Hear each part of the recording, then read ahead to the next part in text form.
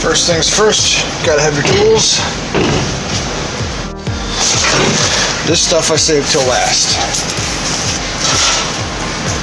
I don't bother unwrapping that. These are not much far behind. Okay, these are the wheels. Gotta crack open the, I always have a spare grease tray around.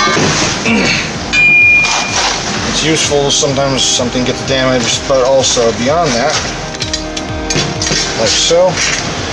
It's the only part that goes there, so you can immediately screw that one on. Ditto for the other side. Skipped a step, sorry. Forgot to put the grate in. Can't forget this step. Forget that step. Now you've got this piece, one big long sub-assembly. It's orientation agnostic. All this gets put together separately.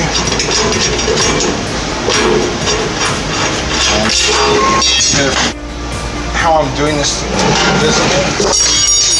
Normally, I don't care about the visibility so much. So if this seems awkward, it's because it is.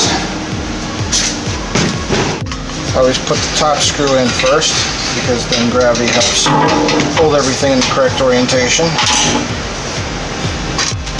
I also always put the screws in kitty corner, so they so once the first two screws are in, nothing can move around. The shoulder bolts for the front thing. That's because I never tighten anything until it's in its final place. I always build half the wheel off first, so just like so,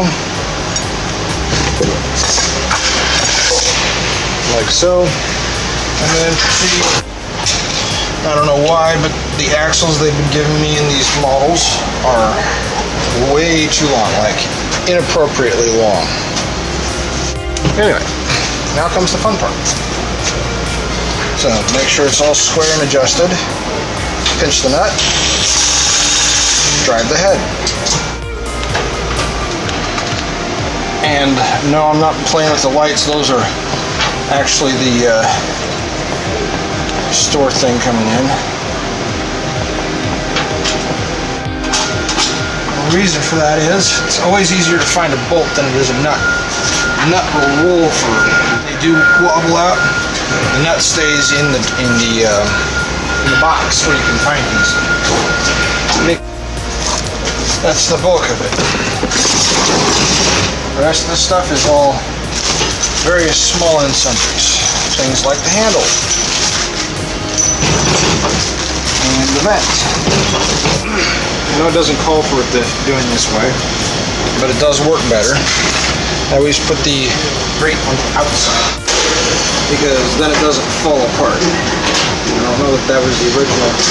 Say hi, Glenn, on TV. It's I'm shooting footage of myself. You ain't worried about that falling off and everything? No, I cleaned it. You gotta call on 6100. The accessories usually hang inside, keep it from getting lost. I leave packed in their oil. This is going straight to a customer, not for display. So some things I leave in their shipping materials, just because they'll travel to the customer's house with a little less grease and mess and stuff like that. If you follow proper staging, it's really kind of hard to miss parts. So that was the Charbroil Wrangler. The end total build time was 27 minutes, and I was goofing around a lot. Honestly, I made some obvious mistakes, I think, but that's probably the long way of doing it. Anyway, this is Montana Dan, Lowe's Columbus. Catch you on the flip side.